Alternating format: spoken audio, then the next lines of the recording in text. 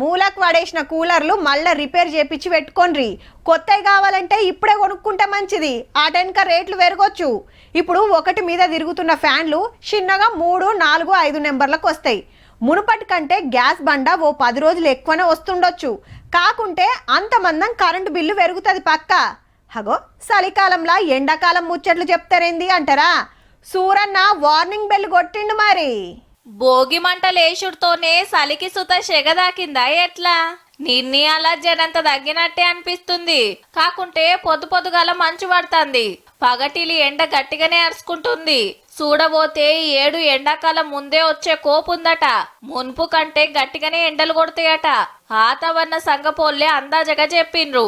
ఈ నెలాఖరుకు ఇంకింత చలి తగ్గి ఫిబ్రవరి నడిమిట్లకెళ్లే సూరన్న సురుకులు పెంచుతాడట. లెక్కకైతే శివరాత్రి వరకు బగ్గుంటది. ఆ టెన్క ఎండలు పెరుగుతుంటాయి. కానీ ఈ కిత్తకు ముందే కాక పెరుగొచ్చునట. అంతా ఎల్నినో చేపట్టే అనుకొస్తున్నారు. అంటే సముద్రంకెళ్ళి గర్మి గాలిలు పెరిగి వాతావరణం కింద మీదైతుందన్నట్టు.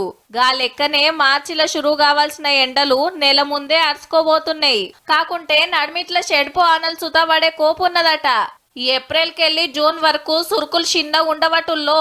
అంటే ఈ ఏడు ఆనలు ఎక్కువనే పడ్డాయి. చలి బగ్గనే ఉన్నది, ఎండలు ఎక్కువనే అన్నట్టు. అంతా మన పుణ్యమే మరి. జంగల్ మొత్తం పోతం పెట్టి కాంక్రీట్ జంగల్లు పెంచుకుంటూ పోతున్నాం. చెట్లు చెలుగుతుంటిమి, గుట్టలు మింగుతుంటిమి. దినం ఇంత పచ్చదనం తగ్గుతుంటే వాతావరణం వెనక ముందైతుంది. పొయ్యి మీద పెట్టిన కుండ లెక్క భూమి మీద తుకతుక ఉడుకుతుంది. గిట్ల కావద్దంటే చెట్లు జాదాలే, అడవులు పెంచాలే. ప్రకృతి ఎంత పచ్చగుంటే మనం గంత నిమ్మలంగా ఉంటాం మరి.